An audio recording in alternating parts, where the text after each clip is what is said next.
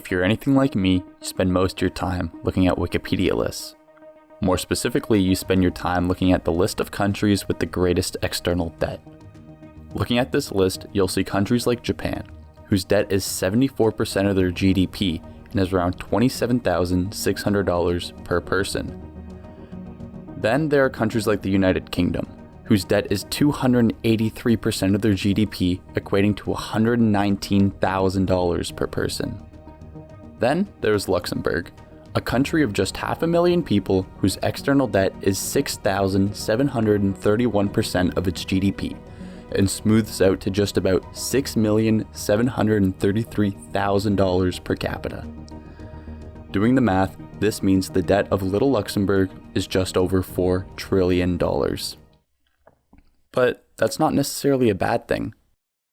Luxembourg is rich, like very rich, somewhere in the top 5 with a GDP per capita of over $100,000 kind of rich.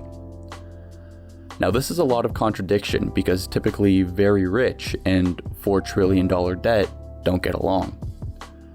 However, in the case of Luxembourg, this makes a lot of sense.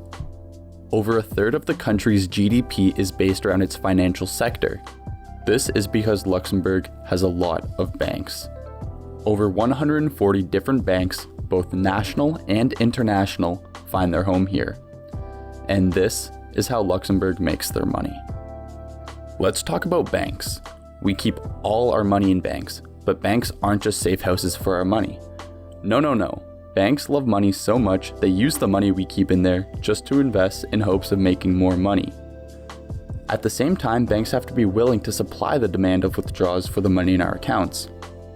Shockingly enough, the $100 you deposited last month will not be the same $100 the teller will hand you from a magical box with your name labeled on it. Banks make their money this way assuming every customer does not take all their money out at once, and such as the bank does, this is exactly how Luxembourg works.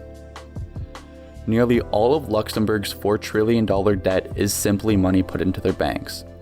While they use the money to make money, it is still someone else's, therefore they owe it all back at any one point in time. Luxembourg's low corporate tax rate and high financial stability are two key drawing factors for billionaires and their companies to avoid facing tax rates in their home country, such as America's 21% or the UK's 20%. This makes it a tax haven. Tax havens are jurisdictions with low tax rates in hopes that large amounts of both local and foreign money are kept there. The large sums of deposits can supplement the low tax rates. Tax havens can be kind of moral or kind of immoral. Luxembourg's regulations give it the reputation of a safe tax haven, the second safest to Switzerland. Some tax havens have a less than stellar record, like Panama, home to the infamous Mossack Fonseca, who will simply deal with all your less than moral tax haveny needs for an annual fee. This is done by creating shell companies in countries with don't ask, don't tell financial policies to shuffle the money around until it's virtually untraceable. Until early 2010, the opaqueness of Luxembourg's finances kept it on an EU grey list. Other countries still on that list today are Monaco, Andorra, and Switzerland. Some countries on the blacklist are Panama, South Korea, and the UAE. While the unwillingness to share banking and tax information doesn't necessarily mean they're guilty of malpractice, it's similar to when a teacher asks you to show your work, but you don't want to, because you cheated. Luxembourg is undoubtedly home to some of the most infamous money in the world.